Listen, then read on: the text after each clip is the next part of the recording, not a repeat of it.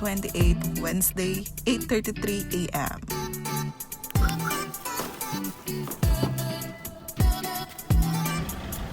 Come on and drive with me! Hi guys! Welcome back to another vlog. Magdi-deliver ulit tayo ng order at saka maghahatid tayo ng mga customized spray bottles sa Midori. Let's go!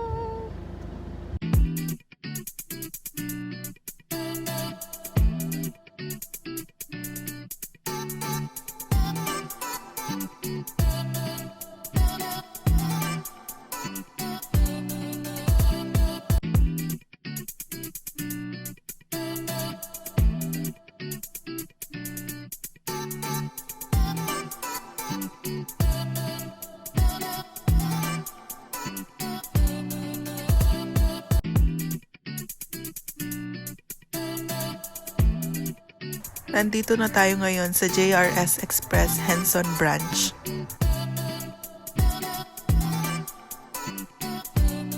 Currently on our way to Midori Clark.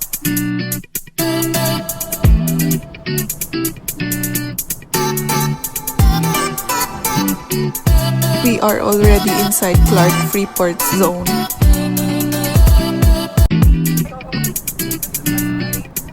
Malapit na tayo sa Midori. Dadaanan natin yung Marriott and Widas Hotel.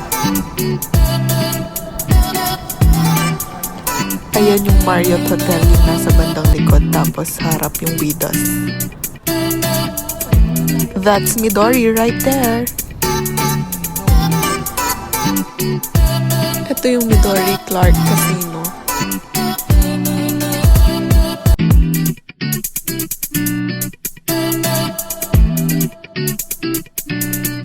Waiting game begins.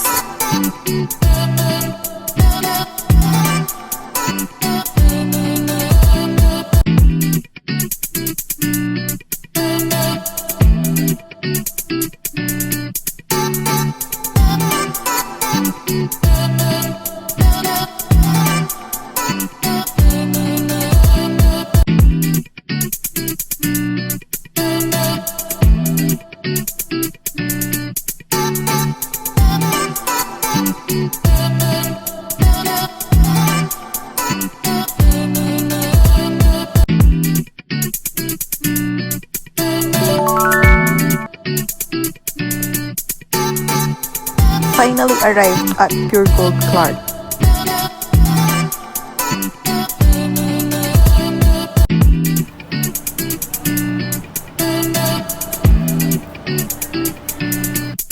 Going out of Clark.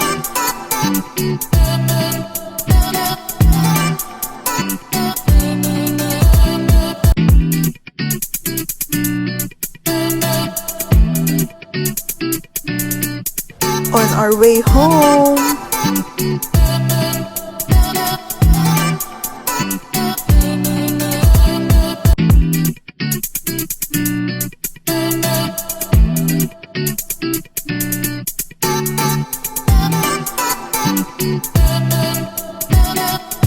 We're finally home.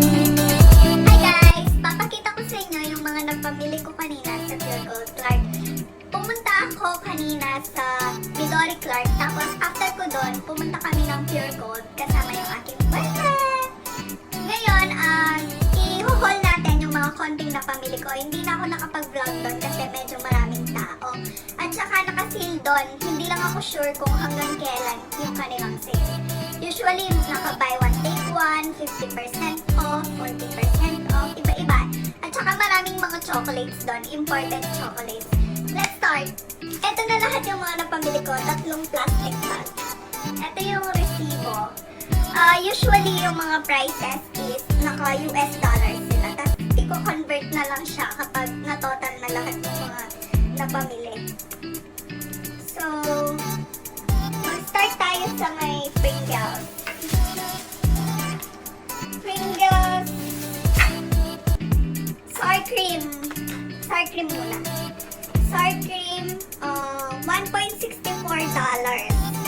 So, roughly about nasa mga 80 pesos, something ganun.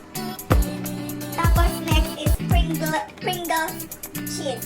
Ganun din yung price niya, 1.64 US dollars. Next is the red wine. Pinabili to ng papa ko.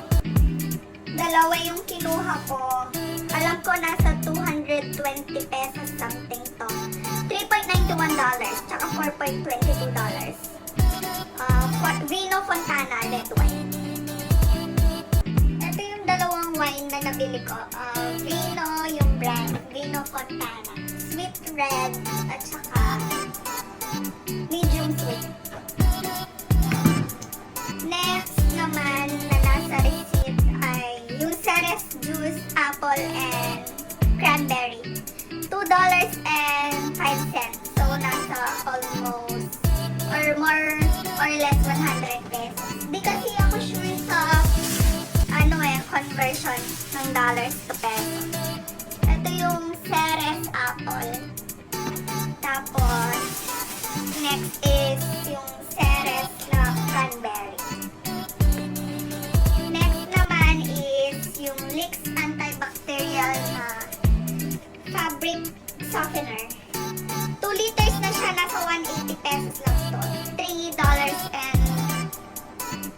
$3.78. Next is the saan na yun? Yung Brookside. Kinain ko na kasi ito eh. Na-curious kasi ako sa lasa niya kasi lagi ko siya nakikita sa mga YouTubers. Binibili nila sa SNR o kaya sa Landers. Brookside Dark Chocolate. Naka-sale to. Nasa $3 lang siya.